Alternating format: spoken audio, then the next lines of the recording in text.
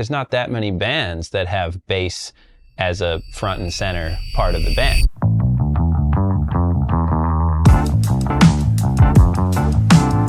I try not to plan anything. I try to just really be as spontaneous as possible. Bass, unlike almost any other instrument, gets to kind of go wild down there. Subdividing from the 8th note to the 16th note to the 32nd note, but you gotta land it. What really like motivates you and gets you going and gets you wanting to play is the groove. I really set out to be just like a bass player in a band. I wanted to be a part of a rhythm section.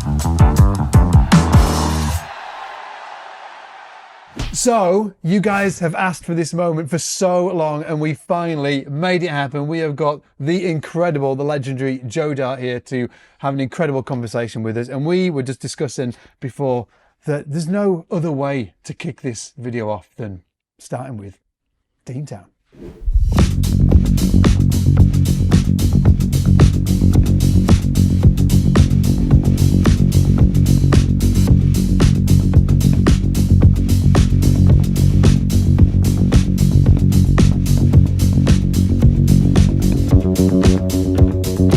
Longest intro of all time. Yeah.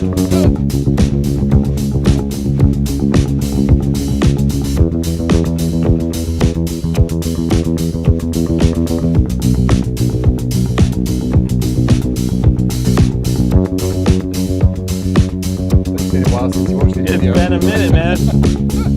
Got a different tempo live, too.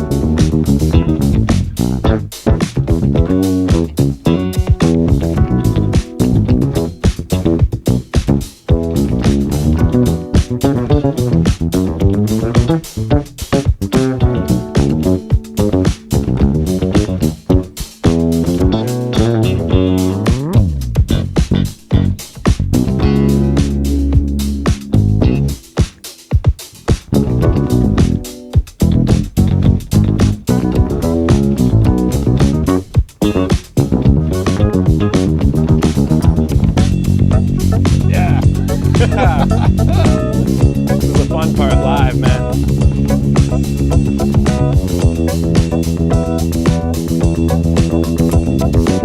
Forgot Theo's playing a lampshade. Yeah, the lampshade, yeah.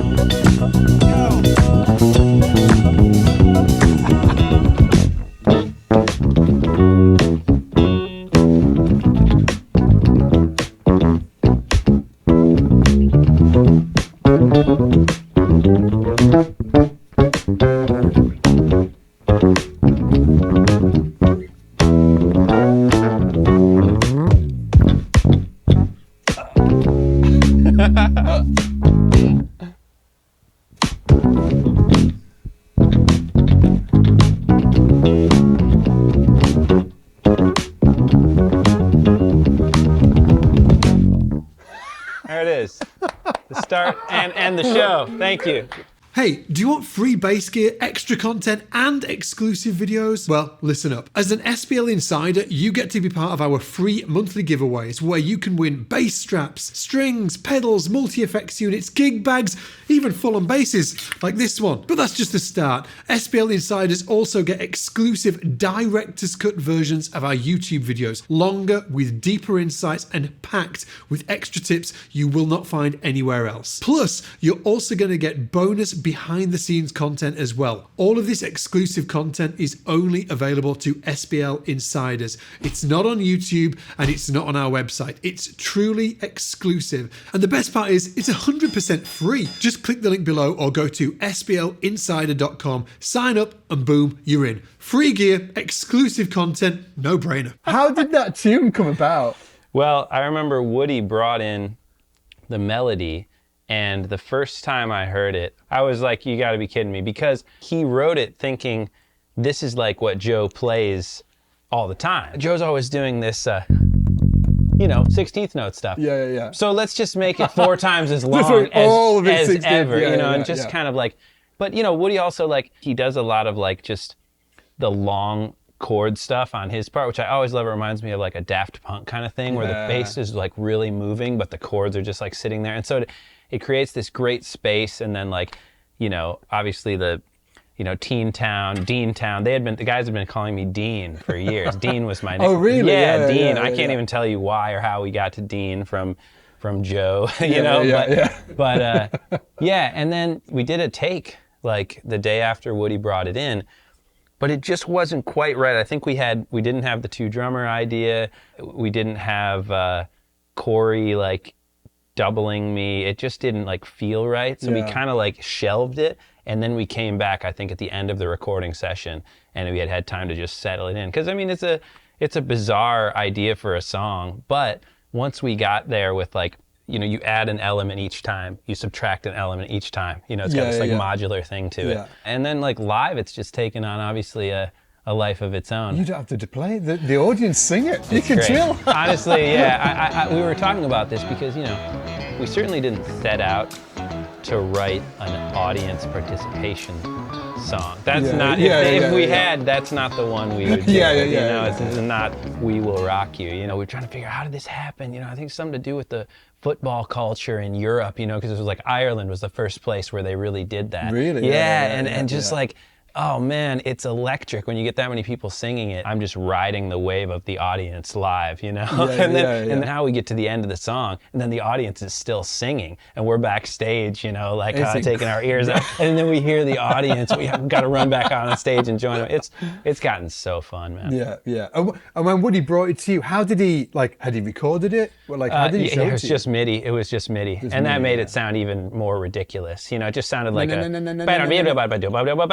and I was just like, dude, it's just like a type of thing where like, oh, let's just give you an idea. Like, play something kind of like this. It was like, no, play this verbatim. And you were telling me about your video of Learn Dean Town on camera. Like Ian over there when he had to learn it on camera. Which is, legitimately. So you went through that experience, so you know. Yeah, but not on camera, it's my worst nightmare. But really, it's the culmination of, Vulfpeck started out just as kind of like a rhythm section.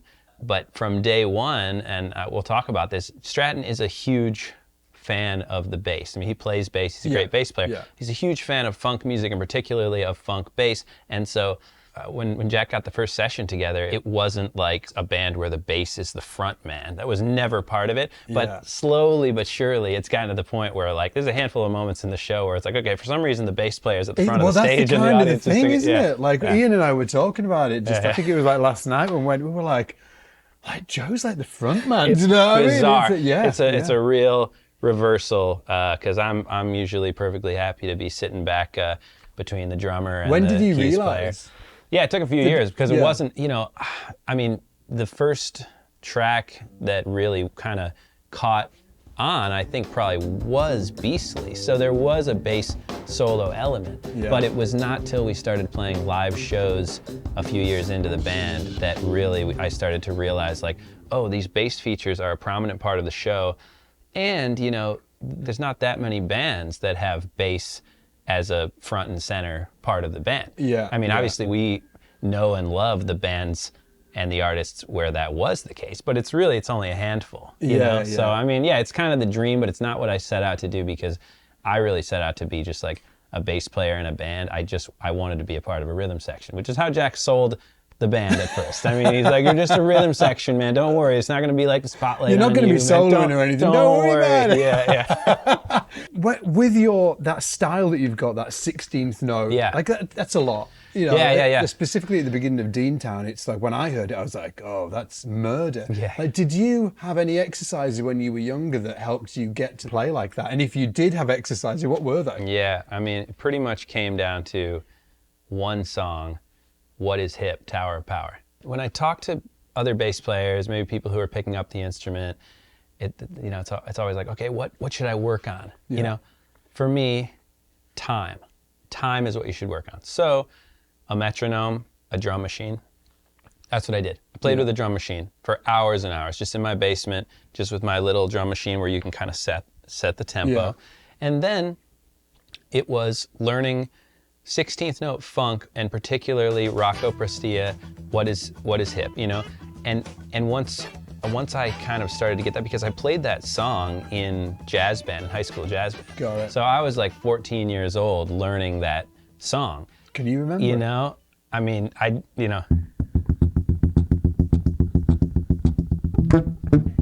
it's all that stuff, you know.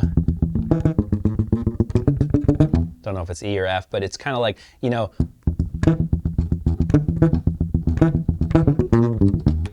and getting that, those and he has that dead, mute as well, that muted, mute thing, and that's what I really like.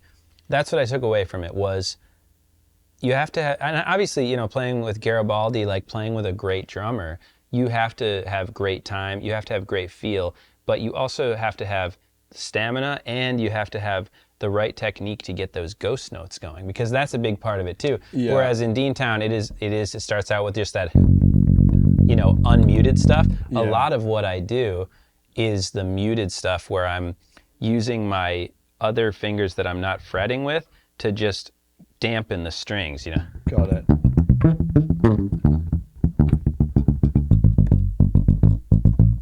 You know, with like My First Car.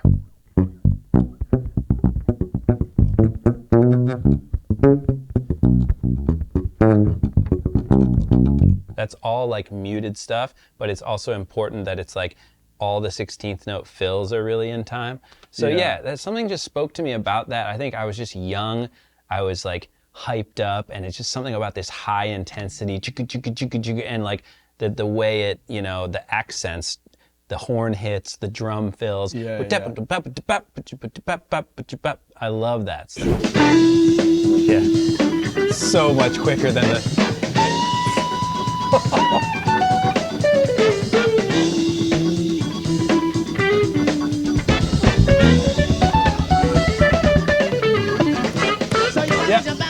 It's incredible, isn't it?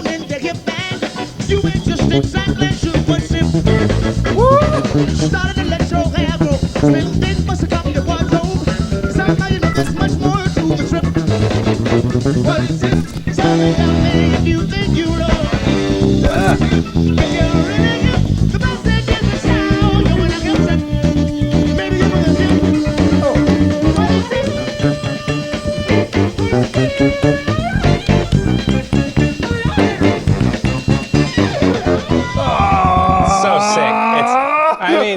And that's what got me, man. That's what really got me. And then I found other stuff that was influenced by that. Like, you know, the band Lettuce, kind of like a spin-off of Soul Live. If you go and check out Lettuce live at the Blue Note Tokyo, they're doing, you know, kind of a Tower of Power type thing. And and Adam Deitch is just on fire, you know? And I just love that stuff so much. And it's not even about, I don't know, I know it can seem kind of flashy, but to me it's not about how flashy it is. It's just that it's relentlessly driving. And it's really hard to do that and actually fit in the pocket as well.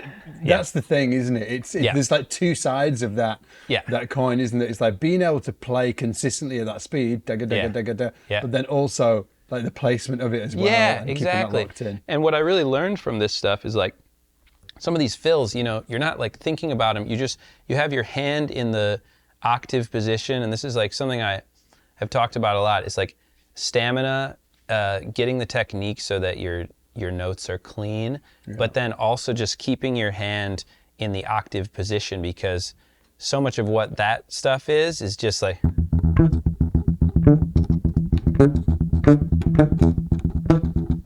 And that is.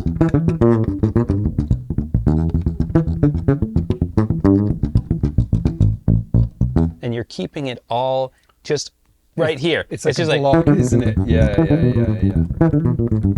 It's all right there.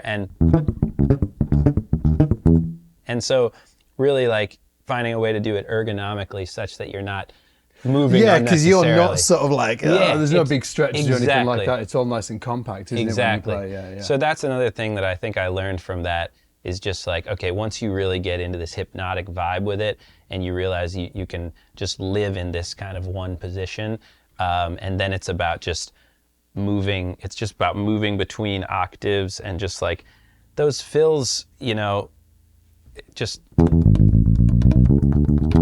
all that stuff, you know? Yeah. So incredible, man. Well, let's listen to Beastly. Yeah. Like, this is super fun. This is the first time I heard Joe play, and I was like, Vulf who? Yeah. And like, Joe who? And like this solo, I was like, oh, damn, that guy's good. Dude, and I had no idea what we were in for, because, you know, the way that this came about was that Jack Stratton, we were all in college together at University of Michigan Music School, and we had a buddy who was doing his thesis in the music technology program, and he was going to record an album to tape, and it was just like, we'll just play some grooves. And this might have been the first one that we played. Stratton just showed us all the line, ba-da-dip-a-boom, ba-da-dum-ba-dum, that thing, he just showed it, and then he said, and Dart, you'll just kind of like mess around in between, so you can see it at the beginning of the video or at the end, the sheet music, you know, and it says like A solo, A solo, B solo, A solo, whatever. And so that was pretty much the sheet music. And I didn't have an idea of what to do. I still, when I go on stage to play this track, I still try not to get any ideas, I try not to plan anything. I try to just like really be as spontaneous as possible. And that's what happened. And I was using one of Jack's basses, because at these studio sessions, a lot of time Jack would just bring a bass or two. You know, I remember he never had a case. He never had any cases for his basses. So he would also, he always swore by just having really cheap instruments such that he didn't have to be precious about them. And so he had a Squier P bass. I think it's the classic vibes. It's sort of like a Pino Palladino signature, but it's not, I think, technically. And he just threw it in the back of his Chevy and he pulled it out, and that's what I played on that. And it wasn't like a premeditated thing, but it turns out to be a total vibe, you know? So. Dude, it's a vibe. Check this out.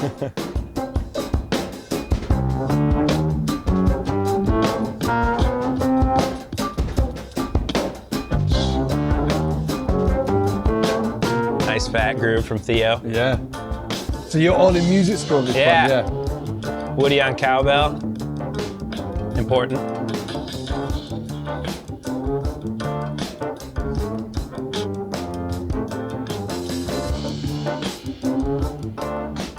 I haven't seen this in a minute, man.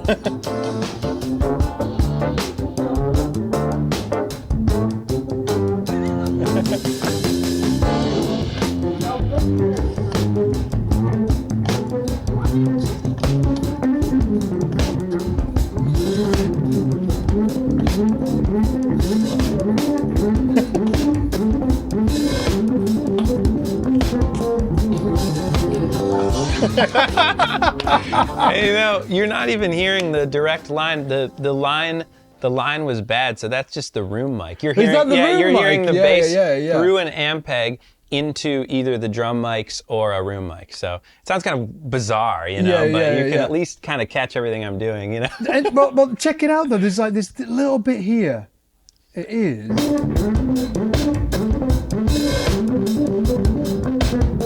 This bit, like, you're doing this kind of like, like these descending thirds, but like a million miles an hour, like that, right? So, and I saw that, and that to me was, I was like, oh, who's he listening to?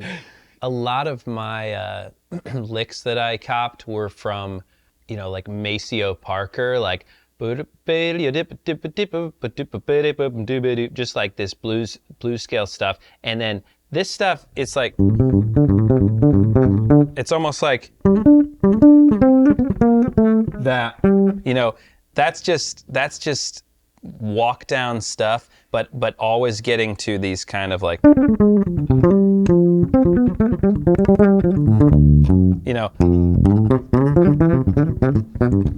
It's that thing, isn't I don't know. it? I don't know where I got that. Exactly. Yeah. It's a classic. It's a jazz thing to do, isn't it? And that's why it jumped out. I was like, oh, he's listening to some kind of jazz. That's funny. You gave me too much credit there. I don't know where I got that. Maceo, maybe. But Maceo. Yeah. I just think when I think of bass, vocabulary, for me, I was listening when I was in my teens, a lot of Flea, which is, him taking from Parliament Funkadelic, and, so there'd be a lot of Bootsy in there. And then a lot of horn players, Maceo, Fred Wesley, kind of the James Brown stuff I love because it's kind of like sparse and like lick based. It's not like really heady, like through form stuff. Yeah. It's like a lot of building themes within solos, like little hooks. That's where I got a lot of stuff. And then I don't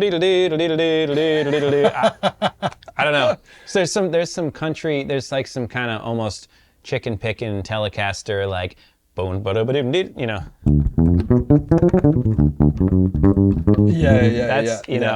kind of some almost country-ish kind of stuff. Love it. Who were your main bass influences? So Flea was huge for me. Victor,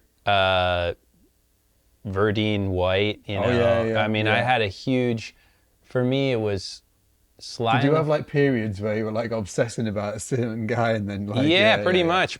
I mean, I had for me it was the stuff that grabbed me was 70s disco, late 60s, early 70s disco, and then and funk, and then the 90s funk and disco revival that was looking to that. So for me, it was like Sly and the Family Stone, Earth, Wind and Fire, Tower of Power, Stevie Wonder, Prince, Chic, all the disco funk stuff.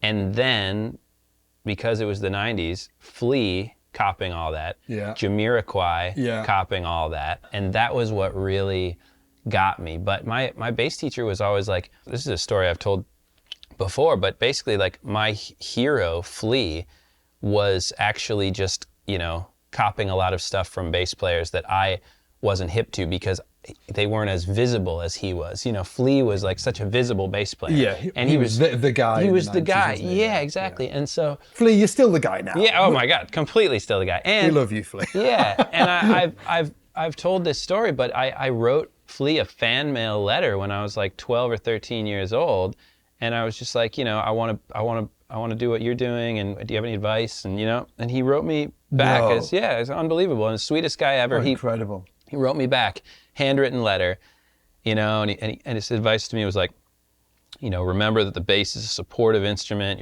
You're there to play a supportive role. You're part of a rhythm section. And he said, if there's one thing I can tell you, it's listen to James Jamerson on Marvin Gaye's "What's Going On," and learn it, and just learn that, and that'll sort of set you up. And sure, it's like, because you don't listen to Flea and immediately think like, oh, there's a James Jamerson guy. You don't just immediately hear that. He's not copying James Jamerson. Yeah. But that's just essential kind of, because it's supportive bass playing, but it's also so melodic. Yeah. And then I started listening. I was like, I tuned into what, oh my God, what Jamerson was playing on some of that like Stevie Wonder stuff, like I Was Made to Love Her, but and it's just like it's almost like a bass solo, but it's hitting all the right marks. So it's all about leading notes. I mean,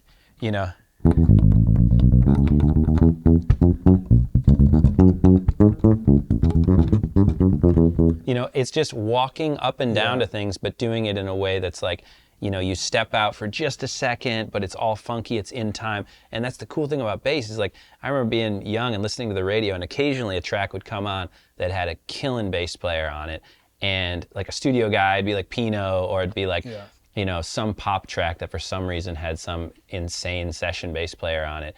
And the bass, unlike almost any other instrument, gets to kind of go wild down there just because it lives in this certain like harmonic it's not frequency. Competing. It's not competing with anything. So it can just be going, sometimes you listen to it, it's like, oh my God, what is that? But it works. It really works. Yeah. Jamerson, Verdine, White, it's like, wow, that is, Yeah. Oh, some of Jameson's lines are just outrageously busy. Yeah. But just great at the same time. And so I find like there's a sweet spot there, but it is one really cool thing about being a bass player is like you can be both supportive and you can kind of be singing, and you find your voice on the instrument and you're like singing these parts. That's that's what, when I think about like what it is maybe that people gravitate towards what I do, it's like, I guess I found at some point kind of my voice on the instrument, my sound on the instrument. Yeah, absolutely, yeah. Yeah. When you were saying about Flea, like what album in the 90s were you, what did it, if there was only one Chili Peppers album and you had to listen to that for the rest of time, which one would it be? If I go with revisionist history, it's Blood, Sugar, Sex, Magic, because that's to me the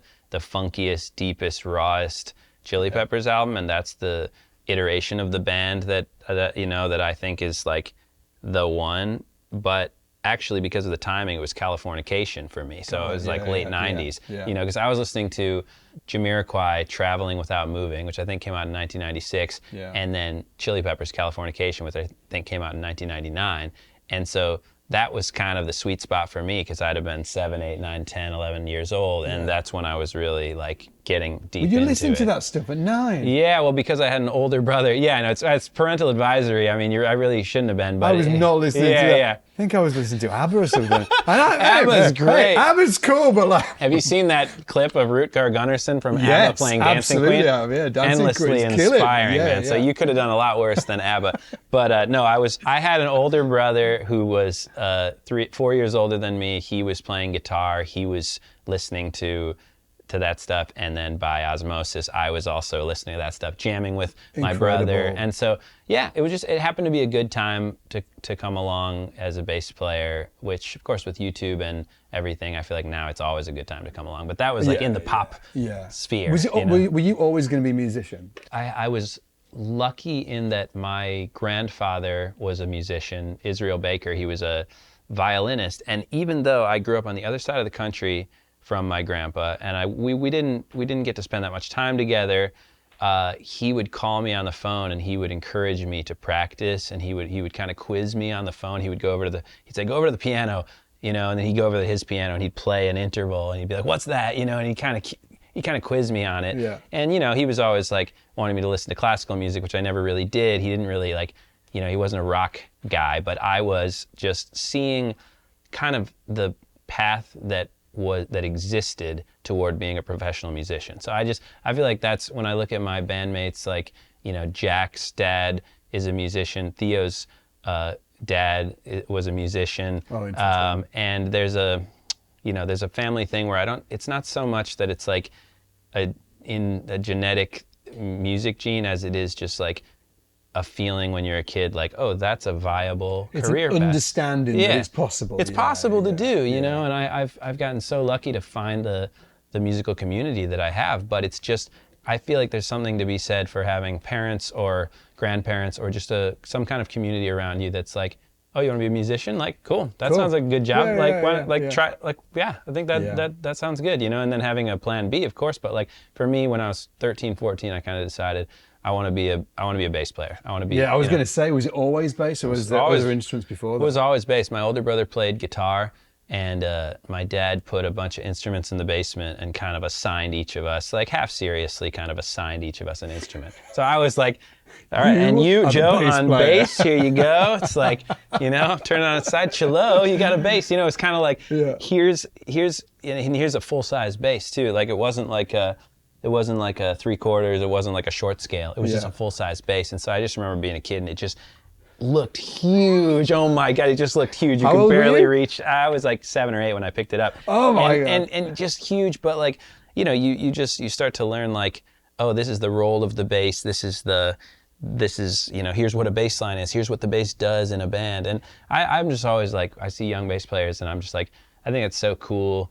when I see someone really inspired at a young age to play bass, because it's not immediately the most attractive. It's like not at the front of the stage. It's not the shine. It's this some spotlight. people wouldn't even be able to hear it. Yeah, exactly. They're like, yeah. oh, the bass, like what is that? The low one. The low one. Yeah. But no, I was very fortunate to have siblings to jam with, and then to join a band. I joined a band when I was in middle school. It's called Something Different in the Homemade Jam, and really rolls off the tongue. Kind of a jam, Fish-inspired band that had, our thing would be come out on stage and just like play a 10-minute like improvised like jam for the first song of the set. Like really grab people's attention. But it actually worked out because we had a little fan base in my little town. But it was more that I had a chance to just jam for hours and hours, like, and just explore and just like soak up so much. Like, I feel like just playing a lot is the name of the game when you're starting. Yeah, just absolutely. play a ton, Yeah, because you're learning the language, right? Exactly. It's like there's the notes, but then there's the actual language of music. Yeah, and playing with people who are better than you are. I mean, that's that's so scary. You just get dragged up. Oh my God. You just get dragged up to that level. And it's terrifying. I mean, I still to this day I hate it. I get so nervous. I have so many chances now to play with people who are like so good and who I respect so much and who I've been listening to for years, whatever. And I get so nervous. But you always find that you're able to kind of rise to the occasion. And that's really like, I feel like that's a huge thing when you're young. Okay, so I love YouTube, you probably love YouTube, but let's be honest, it's not the best platform for in-depth teaching. Enter the SBL Academy. At SBL, we break down the bass with a curriculum-driven approach that spans from complete beginner level to super advanced. We also cover all kinds of genres, skills, and techniques, all brought to you by world-class bass instructors. And best of all, you can get started today for free at trysbl.com. Who have you been most nervous about playing with? Oh man, I mean, when we played, with Bernard Purdy, I was really nervous about that. I mean, you've done Gadsden as well, right? Yeah, when we played with Gadsden, I was really nervous about that. Michael McDonald. Yeah, dude. I was. I mean, and actually, here's a wild one, before you accuse me of nepotism, because as I said, I grew up across the country from my grandpa. I didn't spend much time with him, but it turns out that I found myself somehow on stage 5 or 6 years ago playing I Keep Forgetting with Michael McDonald on stage at a music festival in Florida. This was part of the Super Jam at this festival, and Vulfpeck was kind of the backing band. And Michael McDonald came in and played with us for a few hours, and then we hopped on stage and played with him. And I'm having one of the most surreal moments of my life playing this song. And then I go back, and of course I could have done it a day before, but I did it like a day after. I'm looking at the record and I'm looking at the credits, and my grandfather, Israel Baker, played on Michael McDonald's first record. Yeah. Crazy. And I was like, I don't know if he played on that track or just the album, but it was kind of this like amazing full circle moment where I was like, oh my God, and again, my grandpa was a studio musician, and so for him it was just like another day at the office. I don't know that he would have known that he played on. He wouldn't necessarily have known. He came in, he was a union session musician, and came in and played and sight read the music, and then on to the next thing. That's kind of his day job. Incredible stuff. But I later learned how many records he played on that to this day. Here's another one. Bill Withers' Lovely Day. Yeah, and it's like, dude, I come back and I listen to this stuff. And I listen to this stuff all the time to this day. Like, these are, again, it's just like, I come back and I think like, okay, what a cool thing talking about music in the family, even though I didn't know it at the time, and I still don't know a lot of it, coming back and looking at my grandfather's discography and realizing so much of what I listened to for the bass parts was also, he was like, kind of just he was on the record. Yeah, he was part of like kind of the wrecking crew, but a distant corner of it, which was just like the string guys that would come in for a day or whatever. So anyway, so nervous playing with Michael McDonald because I respected him so much. I mean, playing with like all these, you know, amazing drummers is what does it for me. I mean, we've played with Zigaboo. Zigaboo sat in with us. Yeah. I mean, that was incredible. Crazy. I mean, Nate Smith's not too sloppy Nate, either. oh my God, come on, forget about it. Again, talk about playing with people who are better than you and really like having to rise to the occasion. Every time I play with Nate, I have that experience. And like, you know, we're friends and he's such a humble guy, you know, he doesn't put off this vibe, but just musically, I have so much respect for him, and I think his pocket is just so deep. It's like, you couldn't, you know, it's like, I pinch myself. It's like, you, as a bass player, does it get better? I mean, it's like, it doesn't get better. So that's what when I think like, okay, what's my dream, you know, as a bass player? It's like, I want to be in a band and I want to play with a truly great drummer, because that's what this thing is. That's what this thing is it's a part of it's a one piece of like a little puzzle that interlocks, you know? Yeah, and it's the groove, isn't it? It's that, like, you can tell like from listening to you speak, like how important that sort of like the feel, the groove, like all of it is to you. Yeah. That's the whole thing. I mean, I you know, we sit here and talk about how, you know, the bass solo in Beastly was like one of the first things that like you heard and you're like, oh, I got to check this guy out, which is awesome. Yeah. But at the end of the day, that's not what, you know, and probably for you too and a lot of bass players, what really like motivates you and gets you going and gets you wanting to play is the groove. You know? 100%. Yeah, 100%. And so, we were talking about earlier, we were talking about bass solos. Like, something interesting when you play a solo is that you've got to keep the groove there. Yeah. It's like, it's so important, because you know, as soon as the groove kind of disappears, it's like, I know. It's and gone. that's right. And like when Beastly comes around during the set, the band had begun to actually just leave the stage altogether, because I was up there so intent on keeping the groove going during my solo that I just was up there eyes closed, and I didn't realize that at some point they started putting like the spotlight on the bass and like dimming the other lights, and then they figured out, oh, okay, we can actually just leave the stage, you know? But like,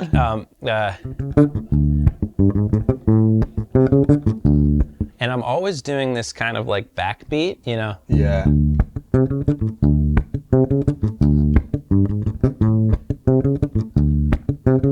And then for the solo, keeping it going.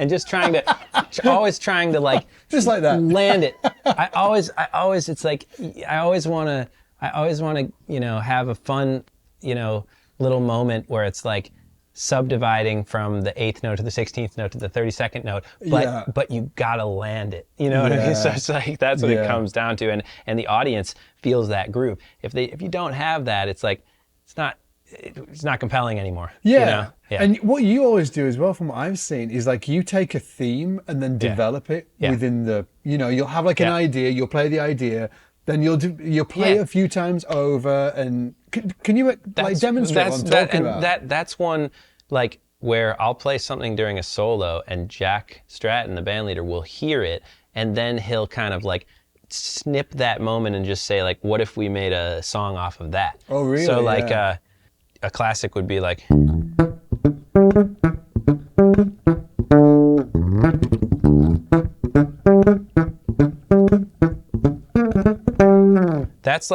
that's something I would play like during a solo. In a solo, you know, I'd play like a.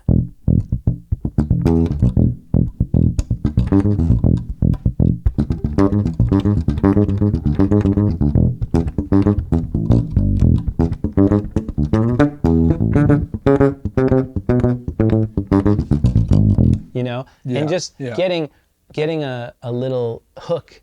That's what I was coming back to with like Maceo Parker.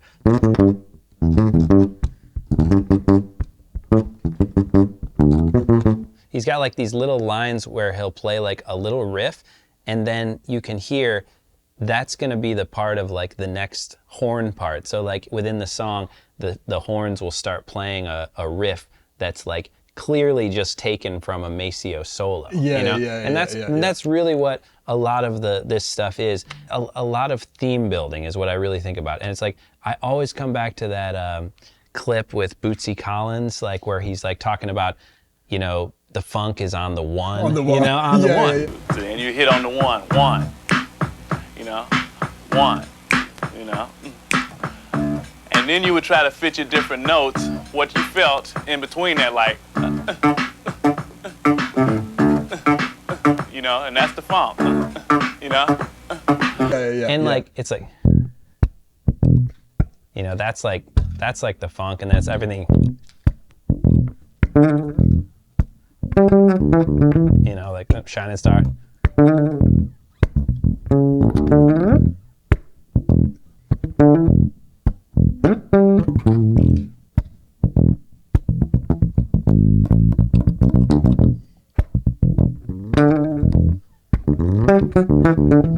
But it's as long as you just keep that going. It gives something for the audience to sort of like feel. They're feeling the pulse, and then as you use these thematic. Yes, exactly. Like the basic building blocks of like the hook is like, okay, establish it. Yeah. Play on top of it.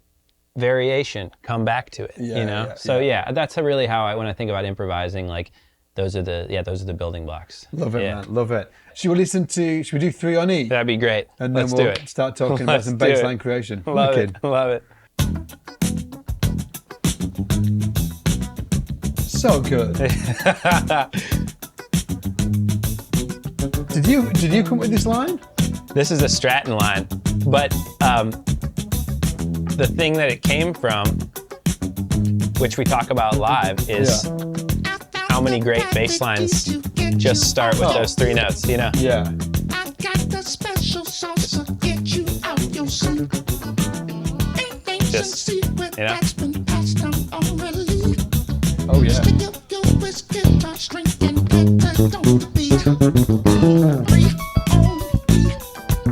It's misleading because it's 3 on A here in the chorus, but still.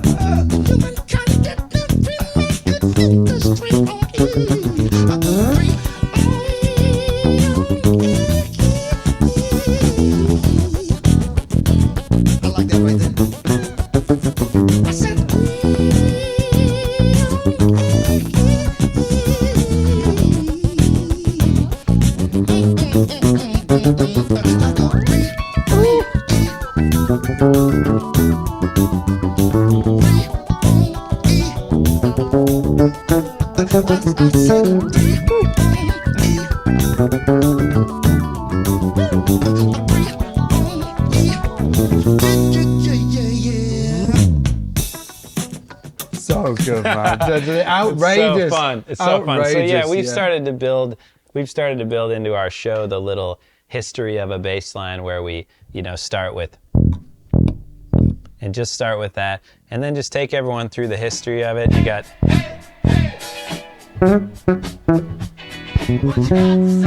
Hollywood swinging. Yeah. And then you got Good Times. Same start. And then finally, yeah. You know.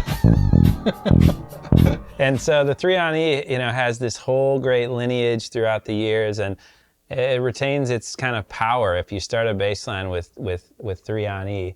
You know, it's a pretty solid foundation. Yeah. And with this stuff, again, comes from kind of the stuff I'd be playing during solos, little riffs. Yeah. And actually, it reminds me, there's like a Pino lick. I think it's Who Did You Think I Was? Or it's like.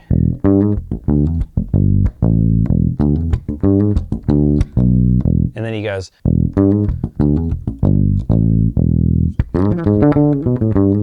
Yeah, and that's absolutely. Exactly which I love because you know you're in E, and you know you've got like. you've got that, and he goes Yeah. like, he goes, which I love so much because you get that like all that stuff, and then you've also got the from the minor three to the major three, and so that really reminds me, and I think I probably played something like that in a solo, and so.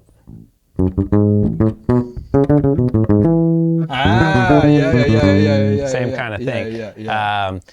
And then the classic like bass like trope or a bass building block, which you'll hear like Chuck Rainey do a lot. All walking up to that thing, and then just taking it and just going down to the fourth, going down to the A, and just playing the same bass line there. And then getting to just build off of it. And just be working around these walking things.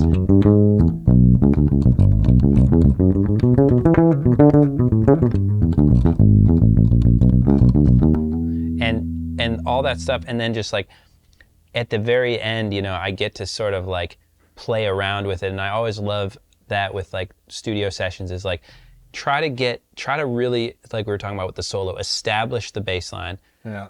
Then maybe a little variation, and then only at like sort of the last double chorus start to really riff. Get one in there, maybe two, and that's kind of what I did with this one too. Try to really keep it in the pocket, keep that bass line going, because otherwise it's maybe a little too notey, or it doesn't.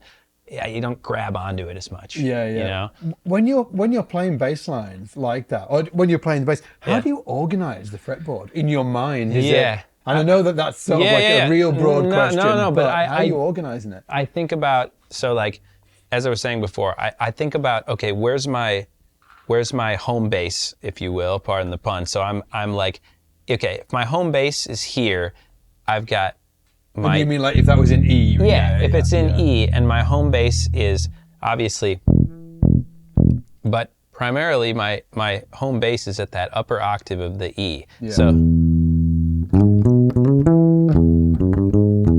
it's all gonna live around there. And then really, I just think of always landing back there, because as much as I might play around, it's like, I talk about the importance of landing it, because if you don't, then it's kind of like a drum fill that's like out of time. It just doesn't have any power to it. Yeah. It doesn't keep you locked in. So I really think about always just getting back. But yeah, I think really simply, honestly, like I don't, for me, it's like all my stuff is like kind of built around kind of the riff that makes the song. So like. Got it.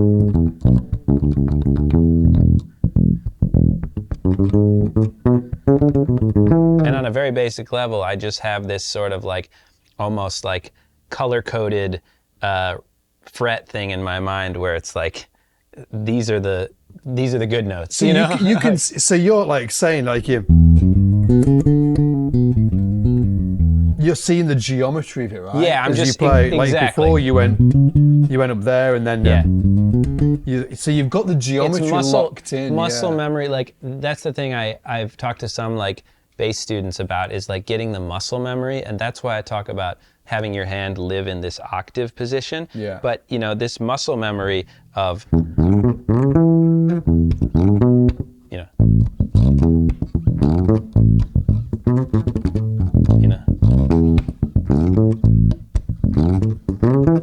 and that's the same as like this muscle memory of just walking up. Yeah.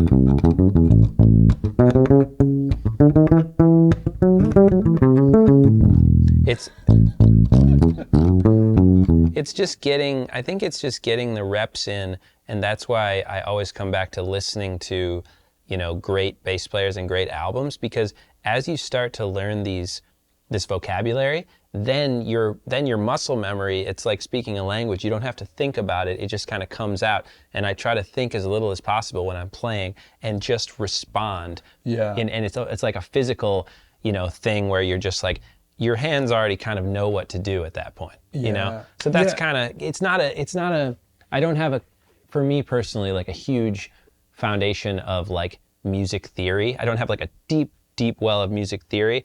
I have a deep well of sort of bass vocabulary. You are literally taking the words out of my mouth. I wanted to say it's like you've got a deep well of like legendary bass vocabulary, and when you're playing, it's immediately evident that you've just learned all of the great bass lines. You know, you've talked about like Jameson and Rocco and Chuck Rainey. And you're like, and those, and that's what I actually missed out on when I was younger. If I could rewind the clock, I would have gone and learnt all of those lines, because I actually had to do it like after the fact. So I was like, oh no. What were you playing when you started? What kind of? Oh, I was shredding whatever. Right? But I did all of the, the Chili Peppers stuff, Blood Sugar Sex Magic, all of that. But what I didn't do until like later is actually go back and learn all of those classic lines. Yep. And it's so interesting hearing you say that you've got a deep well of that, because it's really evident. That's how you're organising the fretboard through the lens of legendary bass vocabulary that we all should know, right? Because like what we're trying to speak on our instrument, right? And those words that we're trying to speak are the bass vocabulary that's there for us to learn in the past. We need to learn that stuff. Agree. And it's you don't have to do it, in a textbook way. Like, you don't have to be an actual history student where you've archived it all. Although Jack Stratton pretty much is. Really? I mean, there's a guy who's actually got, a gone down file cabinet of funk vocabulary. And the funk police are just outside the door. The funk you can hear them. They're about to knock on the door. I have a thing where I spent so many hours playing this stuff that I kind of like, it just got to be the muscle memory element of it. These are little riffs that I guess you find in every genre of music. You find these building blocks that are like, oh, there's that thing again. And it can get to be kind of cliched, but it's like, oh, there's that. That's an essential building block. Why do I keep hearing that over and over again? Well, it's just a part of the fabric of what that genre or that instrument is. Yeah. It's interesting as well that your sound really leans to that like era of just like classic, classic bass players that.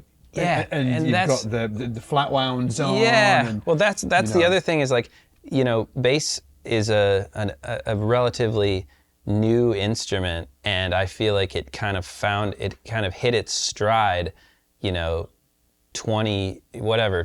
to 30 years after it's sort of like came onto the scene, and so we're lucky to get to still do this. Like sometimes I think like, wow, what an amazing thing that, bass as an instrument, which you could almost say is obsolete because you've got synth bass, you can program bass lines. Like you don't need a piece of wood with 4 strings on it anymore in order to get a bass line into a song or to get a sub to light up, but there's something like still so powerful and beautiful about just the tradition of just bass playing on a 4-string, not that, it's like, yes, I tend to play a 4-string. Have you ever toyed with a 5-string? Well, I play a 5-string. I don't think I've ever seen you play a 5. If you come out to one of my shows in Ireland or the UK in the next month with the Olam, you will see that I take out the 5 strings, kind of silly, for one song, because there is one song where there's a powerful low B that just you can't skip. You can't skip that. You only need it for one song. Yeah. Because I'm comfortable on the 4-string, and I'm comfortable on a fretted 4-string electric. Like I have a lot of friends who can beautifully switch between upright, electric, fretted electric, fretless electric, 5-string, 6-string, I didn't put in enough time on those instruments to feel really comfortable, and I feel like this is my zone. But I also there's so many times when I hear people playing 5-string or playing fretless or playing upright, and I'm just like blown away because it can open up. I had an experience of watching a guy play a 7-string bass, and absolutely blew my mind. Really, yeah. It's almost like watching Charlie Hunter play, where it's like he was playing sort of bass and guitar at the same time. At the same time. Kind of, and it was really amazing. But no, this would tend to be my my kind of singular kind of instrument, and these instruments that are kind of original versions of the electric bass, whether it's the Fender Jazz or P bass or the Music Man StingRay. It's like these were kind of like they came onto the scene in a certain era, and then I think it's almost like they haven't changed that much. You still keep coming back to them. It's actually crazy, actually, how right they got it so early on. Yeah, I mean, it's like we're both playing instruments that are... It's a jazz, but this was designed in like, I don't know, 50, 60 years ago. Yeah, that's what I'm saying. Isn't that amazing? Yeah. You know? In terms of your basses, what is your bass? What's the bass journey? Yeah. Did you ever have a Jackson with a spiky headstock? Please just tell me you did. Just lie. Well, I'll tell you what I had. I had a Samick bass that was, not particularly well made and definitely not well set up. So my dad got me, a very entry level model of a bass. It was like wood grain, but it was like, it had a green, it was like painted green, but you could still see the wood grain. And it had action that was like a mile high, and I didn't know that you could adjust that, and no one. So that's just what you learned. Yeah, no one like ever like picked it up and was like, you can like set this thing up so that it's not like painful to play. And the thing about that is it was essentially like running with like weights on, because it actually made it harder than it needed to be, but I think helped develop that stamina and that strength. Yeah. It didn't. The fretboard, it wasn't like smooth. The action wasn't great. The strings were just whatever was on it, which was old round wound strings. And then that was kind of like what I was playing on for a few years. And then I got my real bass, which was a Fender Jazz bass. It was like a Mexican made. It was the one I play in a lot of videos. The white one. White one. Yeah. Yeah. It's like cream, or I don't know if it's Olympic white, but it's white, and it originally had a white pick guard on it, but I put on a tortoise shell. And and I put on a badass bridge, because at one point I thought like, I need to like upgrade this thing to make it like better. But you got to get the badass bridge on there at some point. I know, exactly. So I got the badass bridge, and then I looked at what, I think I was looking at what John Entwistle was playing string-wise, because I did have a really big phase where the Who were a huge influence for me, and Entwistle, I loved Entwistle's playing so much, and he had these really bright, steely strings, Roto sounds, right? And British made. Yeah. And I bought those. I think he was the first guy. Ian, was John Entwistle, Ian's over there, was he the first guy to use round wound strings?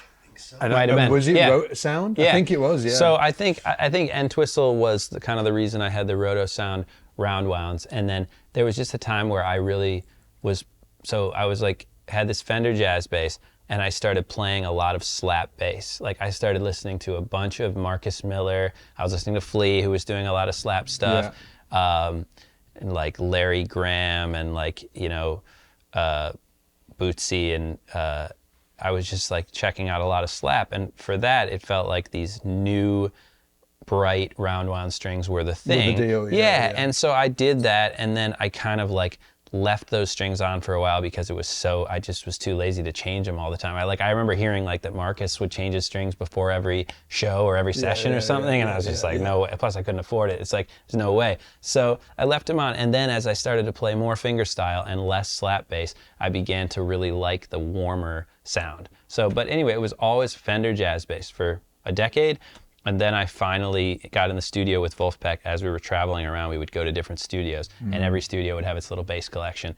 And that, via the bass collections of the studios and the bass collection of Jack Stratton, which again, cheap knockoff versions generally, but still he had But they still sound like the bass. So he had a knockoff, if you will, P bass. That was the Squire that I played. Yeah. He had a knockoff Music Man StingRay, and that was the bass that birthed this. So it had a couple iterations. Jack it was like a Sam Ash brand. It was a Carlo Robelli, non-existent brand anymore, that was just a kind of knockoff of a Music Man StingRay, but it was natural wood. It had a dead battery in it, so the pickups were no longer active pickups, and the only knob that Jack used that meant anything was just the volume knob, even though it had 2 or 3 knobs. Yeah. So I played that bass, and that had a special thing to it. It had this mid-rangey, growly thing, this gritty, like chic-esque funk disco thing. That was the bass that Jack and I ultimately was like, we got to make one of those that doesn't suck, you know, basically. We got to make one of those that doesn't like make your fingers bleed because the frets are sticking off the fretboard. So eventually, after playing some more StingRay basses that were actual vintage StingRays or modern StingRays, I eventually was able to get in like contact with Ernie Ball Music Man. And they were so cool. They were like, hey, come out to the factory and we'll show you around. You can play a bunch of instruments, whatever. So we hung out. I learned about the history, met Sterling Ball, you know, son of Ernie Ball. Got to really go into the belly of the beast. And then as our relationship kind of blossomed, eventually it was like, what if we built a custom bass, you know? And so Jack and I went to the factory and we're like, we brought his Carlo Robelli knockoff bass, you know? Handed it over. Almost like insulting, really, you know? And we handed it over. And sure enough, they made a beautiful, you know, made in America Music Man StingRay bass, but to the specifications of this weirdo knockoff, including having only one knob. One knob, totally stripped as well, Yeah, no completely finish. stripped. And so that was the first iteration. And then eventually we, you know, Jack and I kind of were like, okay, well, what if we did like the Joe Dart stable of basses? Because if you look over the Vulfpeck catalog, you've got a song and a sound, and then you've got a different song and a different sound, and there's kind of just a handful. There'd be like the short scale P bass, there'd be the J bass, there'd be the Music Man StingRay, if you will, the knockoff. And so we were kind of like, what if we built one of each of these? So the J bass was the obvious next choice. We brought them my Fender, my Mexican Fender J, handed it over, said, you know, stencil around this, and they did, and that was the Joe Dart 2. 2 pickups, it's got like a J bass type of thing, but again, still stripped, cut from a tree, you know, just nothing extra. And then the Joe Dart 3, which is like a little bit more like the short scale. It's the smaller P one, isn't bass. it? It's kind of like a short scale P, which is like what I play on my first car, you know? So that's the stable of basses. And then the final iteration was to work with the Squier.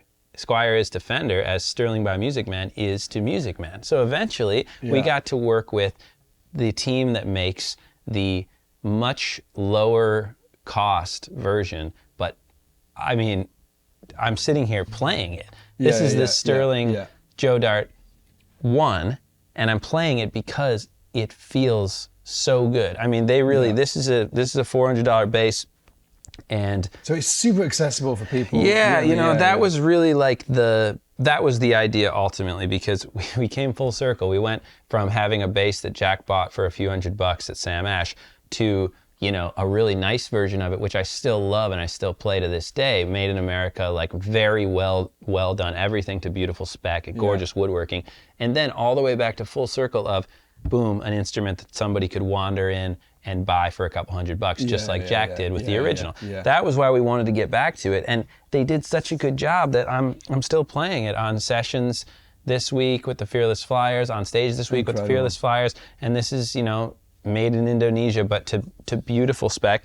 And a little teaser for everyone, this is the first of the low-cost Joe Dart stable. So we're gonna do a Joe Dart 2, so we'll do a J bass, and we'll do the short scale P. We'll do the Joe Dart 1, 2, and 3 from Sterling. And so we're gonna do once a year, every year, hopefully, for a month. You're gonna give it, I hope we're gonna do this thing where, like we did last year, there's a month where you can order for $400 a 1, 2, or 3. And the reason we only do it for a month is because they only make them to order. So they only do like a run every year, but they only produce the exact amount that are ordered. So they don't keep them around in a warehouse because it costs too much money. So I'm really excited. That'll be the next like little gear launch of mine. That's incredible. The 2 and 3. Yeah, it's incredible. And when you're recording, which one do you record on most? The Music Man one, the P bass, or the jazz? It depends. It really depends. With Vulfpeck, it'll be depending on the song. With the Fearless Flyers, it's going to be this bass because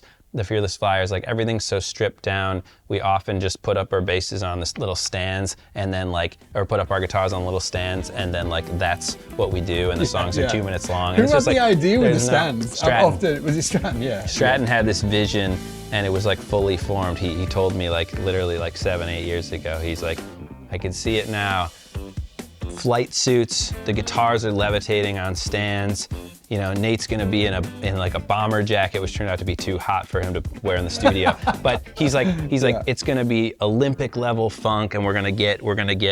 He was showing me these Nate Smith videos, because remember, there were these. Did he have the vision for Nate Smith before? Yeah, we had never played with him. Before you even spoken to Nate Smith? Yeah. Incredible. And that's another example of just getting to play with people you admire is one of those things that I feel is a lifelong joy of playing music. A lifelong joy, because there's always going to be more people. You never get to a point where you've played with everyone. There's always other people. And so I saw Lettieri, with Snarky Puppy, and I saw Adam Deitch with Lettuce, and Krasno with Soul Live, and JK jumped up on stage with the Fearless Flyers. No way, serious? Yeah, all my, it's all these moments of wow, I've seen this person, I've admired them, I love what they do, I can't believe now I'm looking over and I'm 2 feet away. And I still feel that way with the Fearless Flyers. It's I'm surrounded by, I got Lettieri and Wong and Nate Smith, and it's I just get to kind of just bask in the glory, because it's stereo. I'm just standing there oh, it sounds so good. It feels so good. So that's what this week is about for me, is I get to talk to you, I get to nerd out, I get to play with the Fearless Flyers, get to go to NAMM and meet with, the people who make these instruments. I play this, play the Mark bass amps and get to hang with them. And it's just, this is kind of what for me, this is what gets me so excited. And it's it's the beginning of the year. I'm kind of looking over 2025 and getting excited about this or that tour. Yeah. So incredible, man. Where can we send people if they want to come and stalk you online? Yeah. Well, so they're already stalkers. Yeah. Follow me on Instagram. I'll post the various shows that I'm playing, because this year I'm playing with probably 3 or 4 bands. It'll be Vulfpeck, it'll be the Fearless Flyers, it'll be Theo Katzman, and it'll be the Olam. And so between those 4 bands, I'm going to be bopping around not only the States, but also Europe, and maybe even making a little trip to Asia for the first time. So I'm kind of filling up my schedule with those 4 bands. So just keep an eye out. I'm so excited to get out on the road with these bands, because it's a reunion every time. Oh, it's man, just I'm gonna come along. We gotta get together. Yeah, when we're over in England. Yeah, 100%. Yeah. Also, Vulf Conservatory. You've got a bass course. Yeah, and this is something that I've wanted to do for a long time. Jack Stratton and I got together and filmed a bass course, and we saw that Corey was having a great time putting out instructional videos. And so we've got a bass course at the Vulf Conservatory, and it's part of what's eventually going to be basically a whole online music school. We're going to try to do... Is he going to do other ones as well? Yeah, we're going to try to do a Vulf Conservatory, guitar, bass, drums, mixing, and just kind of have it be a place where we can, employ everyone in the band to kind of show what it is they do and what it is they're excited about. So Vulf Conservatory, if you want to learn a little bit more about what we were talking about today, my background and my influences and how I think about what it is that I do, it's that's we want to put that out there. Perfect, so, man. Yeah. Well, dude, thanks for coming along, man. Oh, I appreciate it. And you're going to take us out, right? Yeah. Do you want to play Animal Spirits? Let's do it, We wanted to end it on an uplifting, and I was like, dude, would you play Animal Spirits? It's just so happy. Make you feel great inside. Let's do it.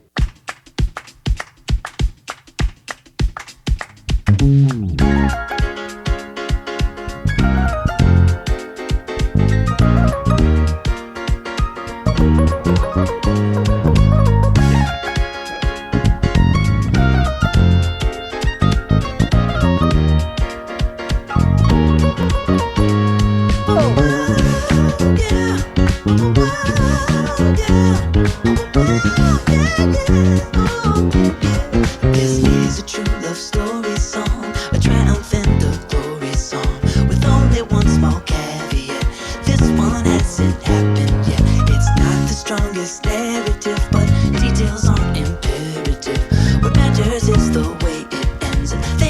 16 mutual friends. He's got animal spirits and he's got heartfelt lyrics. Put them together and you can hear it. Oh, song everyone knows.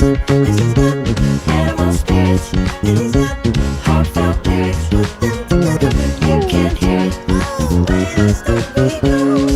Now everyone seems unaware that these two are a destined pair. But I checked out their astral chart.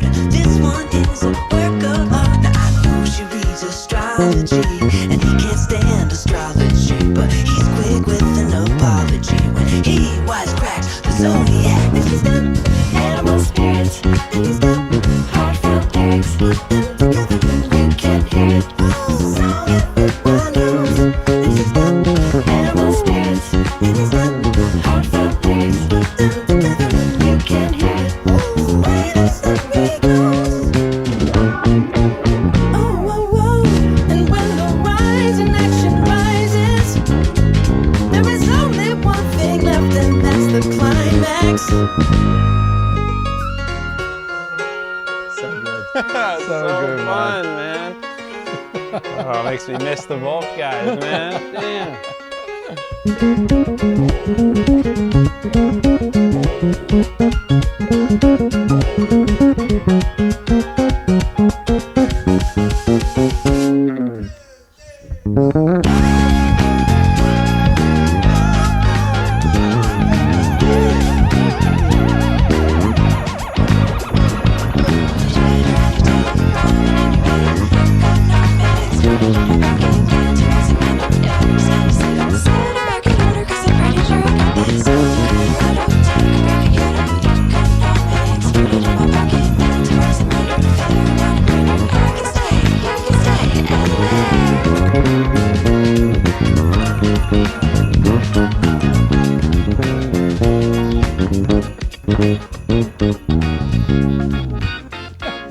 So fun, man. Thank you guys. Thank you, bro. Thank you Scott, so what a much. pleasure.